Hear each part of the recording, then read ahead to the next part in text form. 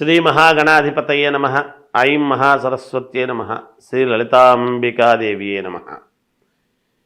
August నెల అంతా కూడా రాశి ఫలాల కార్యక్రమములో భాగంగా ఎవరెవరికి ఏ రాసుల వాళ్లకు ఎలా ఉంటుంది అనేటువంటి దాని మీద ఇప్పుడు నేను తెలియజేస్తున్నాను. ఆగస్టు నెలాఖరు వరకు కూడా కుజ గురువులు ఇద్దరూ కూడా వృషభములో ఉంటున్నారు. శని స్వస్థానములు స్వక్షేత్రములో ఉండి కుంభములో ఉండి వక్రదృష్టితో చూస్తూ ఉన్నాడు అనేటువంటిది కూడా గతంలో చాలా వీడియోలు చేసి చెప్పాను. గురువు గనక మీ లగ్నములో పుట్టినటువంటి వాళ్ళ వ్యక్తిగతమైన జాతకములో అనుకూలముగా ఉంటే తప్పకుండా సత్ఫలితాలు ఇస్తాడు. కొంచెం ఏదైనా కుజగురువులు ఇద్దరూ కూడా ఏదైనా ఉండకూడని స్థానాల్లో మీ లగ్నాన్ని బట్టి ఉన్నారు అంటే కొన్ని ఇబ్బందులు జరుగుతాయి. అందుకని ఎవరికి మేలు ఎవరికి మేలు కాదు అనేటువంటి విషయాన్నే ఇప్పుడు నేను తెలియజేస్తున్నాను. కుజుడు అనేటువంటి గ్రహము గురువు అనేటువంటి గ్రహాలు రెండూ కూడా వృషభములో ఉండేటువంటి దాని వలన ఎవరికి ఏ రాశి వాళ్లకు ఎటువంటి ఫలితాలు ఉండబోతున్నాయి అనేటువంటిది ఇప్పుడు నేను తెలియజేస్తున్నాను. అయితే మీ వ్యక్తిగతమైనటువంటి జాతకాలను పరిశీలన చేసుకుని ఒకవేళ ఏదైనా మీ జాతకములో లోపము ఉంటే దాన్ని సరిదిద్దుకోగలరు అనేటువంటిది తెలియజేస్తున్నాను. ఎందుకు? మనము స్నానము చేసి గుడికి వెళితే కదా గుళ్ళో ఉండేటువంటి పవిత్రత భగవద్ అనుగ్రహం మనకు కలుగుతుంది. మనము స్నానం చేయకుండా మనం గుళ్ళోకి వెళ్ళి గుడిలో ఉండేటువంటి పవిత్రత మనకు రాలేదు అంటే ఎలా? అందుకని వ్యక్తిగతమైనటువంటి జాతకాలలో ఉన్న లోపాలను సరిదిద్దుకుంటే తప్పకుండా మీకు మేలు జరుగుతుంది అనేటువంటిది తెలియజేస్తున్నాను. తులారాశి వాళ్లకు ఈ ఆగస్టు మాసం అంతా కూడా ఎలా ఉంది అంటే చాలా వరకు యోగవంతమైనటువంటి ఫలితాలు పొందుతారు అనేది తెలియజేస్తున్నాను.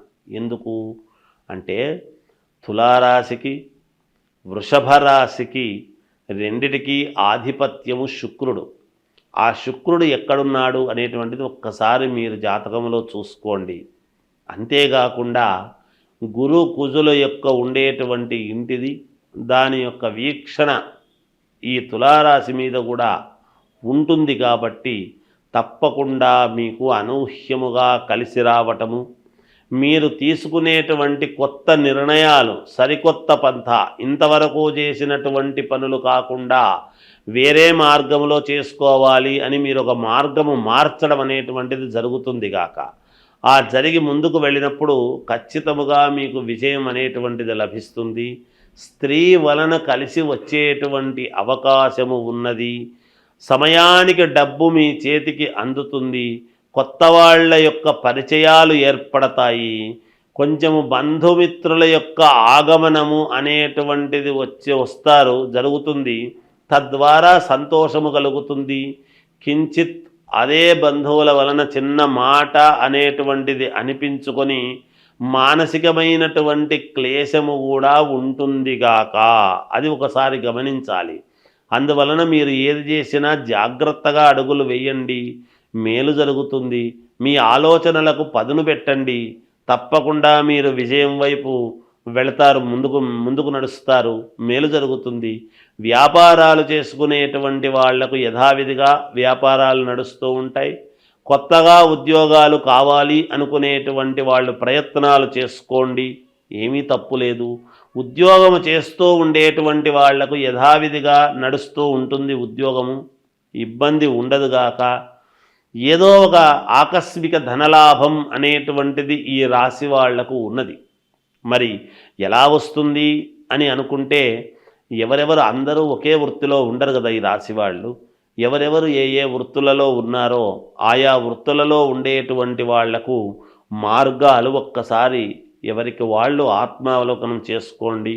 తప్పకుండా మీకు ఆకస్మిక ధనలాభం అనేటువంటిది ఉన్నది ఈ మాసంలో. తప్పకుండా మీకు వచ్చి తీరుతుంది గాక. ఎందుకంటే ప్రయత్నాలు చేసుకోవాలి కదా, ప్రయత్నం చేయకుండా ఏది రాదు. ప్రయత్నం అయితే చేయండి, మేలు జరుగుతుంది. కొత్త వ్యాపారాలు చేయడానికి కొత్త ఆలోచనలు చేస్తారు, అవి కూడా మీకు సఫలీకృతం అవుతాయి.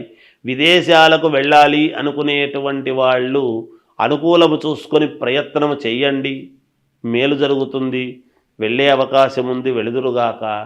ఇక విద్యార్థులకు యోగవంతముగా ఉన్నది. రాజకీయాలలో ఉండేటువంటి వాళ్ళు కావచ్చు, లేదా రియల్ ఎస్టేట్ వ్యాపార సంస్థల్లో ఉండేటువంటి వాళ్ళైనా, సినిమా రంగములో ఉండేటువంటి వాళ్ళకైనా అందరికీ కూడా ఎంతో కొంత మంచి అనుకూలవంతమైనటువంటి ఫలితాలే ఉన్నాయిగాక. ఇంకా మెరుగైనటువంటి ఫలితాలు మీకు కావాలి, మాకు ఏం చేసుకుంటే మేలు అనేటువంటి ధోరణితో ఉన్నప్పుడు మీరు చేసుకోవాల్సినటువంటిది శివుణ్ణి ఆరాధించండి, లేదా విష్ణువును ఆరాధించినా మంచిదే, అమ్మవారిని ఆరాధించినా మంచిదే. మీ ఇంటి దేవుణ్ణి మాత్రము మర్చిపోవద్దండి. ఏది ఏమైనా వ్యక్తిగతమైనటువంటి జాతకాలను పరిశీలన చేసుకుని ముందుకు వెళ్ళండి, మేలు జరుగుతుంది. శ్రావణ మాసము వచ్చింది అంటే అందరికీ గుర్తొచ్చేది ఏమిటి అంటే వరలక్ష్మీ వ్రతం. అసలు వరలక్ష్మీ వ్రతం చేసుకుంటే ఏమొస్తుంది, ఎందుకు చేస్తున్నాం మనం అనేటువంటిది ఒక్కసారి మనం ఆలోచన చేసుకోవాలి. వరలక్ష్మీ వ్రతం అని అనంగానే పౌర్ణమికి మామూలుగా ముందుగా వచ్చే శుక్రవారం నాడు వరలక్ష్మీ వ్రతం అంటే 2వ వారం ఎప్పుడు పడుతుంది సహజంగా. అలా శుక్రవారము నాడు వరలక్ష్మీ వ్రతం అనేటువంటిది మనం వ్రతకథలో చెబుతాం. చారుమతీదేవి ఎందుకు చేసుకుంది ఏమిటి అనేది. అంతేకాకుండా 16 కుడుములు వాయనము ఇవ్వటము ఇవన్నీ కూడా ఉన్నాయి. అసలు వరలక్ష్మీ వ్రతం అని మనం చేసుకోవటంలోనే వరాలు ఇచ్చేటువంటి లక్ష్మీదేవి.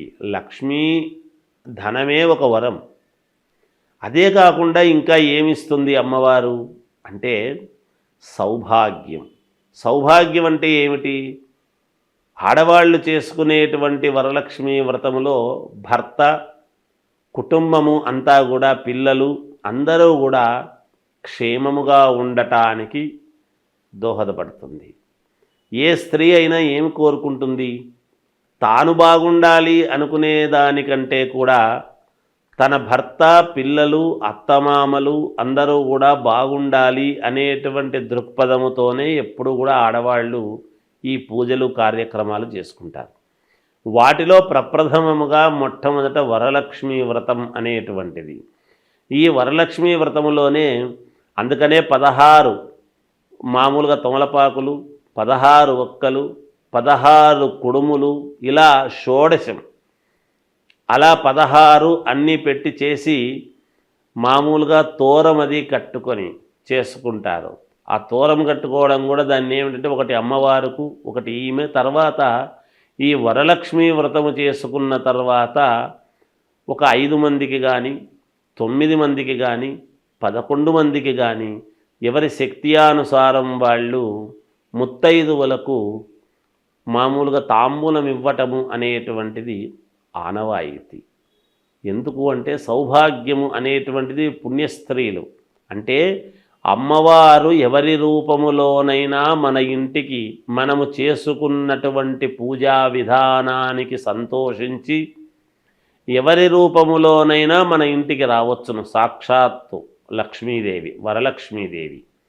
అందుకని ఎవరి రూపములో వస్తుందో తెలియదు. ఆనాడు మనము నిజంగా మన మనస్సులో వీళ్ళని పిలవాలి, వాళ్ళని పిలవాలి అని అనుకుంటాము. కానీ ఆ పిలిచిన వాళ్ళు ఎవరు? కొంతమంది వస్తారు, కానీ పిలవకుండా కూడా కొంతమంది మనకు ఎదురై రండి అంటే వచ్చేవాళ్ళు వస్తారు. అందుకని మీకు ఉన్నంతలో, కలిగినంతలో శ్రద్ధగా చేసుకోండి. ఆ శ్రద్ధగా చేసుకున్నప్పుడు ఖచ్చితముగా అమ్మవారి అనుగ్రహము పొంది మీరు చాలా వరకు సంతోషముగా జీవితము సాగించేదానికి మేలు జరుగుతుంది గాక. ఈ వరలక్ష్మీ వ్రతము చేస్తూ ఉన్నప్పుడు మీరు ఒక్కటి పాటించాలి. ఎందుకు అంటే ఆకుపచ్చని రవికలో కానీ, లేదా శ్వేతవర్ణము తెల్లటి రవికలో కానీ మామూలుగా అమ్మవారు కాబట్టి మనము వరలక్ష్మీదేవి కాబట్టి మనం చేస్తూ ఉన్నటువంటిది ధాన్యము 5 పిరికెళ్ళు బియ్యం అందులో పోసి 5 కాయిన్స్ ఆ దాంట్లో ఆ రవికలో పెట్టి దానికి 3 ముళ్ళు వేసి అమ్మవారి దగ్గర పూజించిన తర్వాత అర్చన చేస్తాము చూడండి అమ్మవారికి. మామూలుగా లక్ష్మీ అష్టోత్తరం చేస్తాం. ఆ అష్టోత్తరము చేస్తూ ఉన్నప్పుడు ఆ రవిక గుడ్డ మీద గనక మీరు అష్టోత్తరము చేసినారు అంటే, చేసిన తర్వాత దాని మీద ఉండేటువంటి కుంకుమ ఒక చోట ఒక పేపర్లో తీసుకొని దాన్ని తీసుకువెళ్ళి అట్లాగే మీరు బీరువాలో పెట్టుకోండి. తప్పకుండా ధనము మీకు చాలా వరకు ఎన్ని ఇబ్బందుల్లో ఉండేటువంటి వాళ్ళకైనా ఏదో ఒక రకంగా మీకు అమ్మవారి అనుగ్రహము పరిపూర్ణముగా కలగడానికి చాలా రకాల మార్గాలలో ఇదొక రకమైనటువంటి మార్గము. దీన్ని అందరూ పాటించి చేసుకోండి. తప్పకుండా మీకు మేలు జరుగుతుంది అని తెలియజేస్తూ జయోస్తు.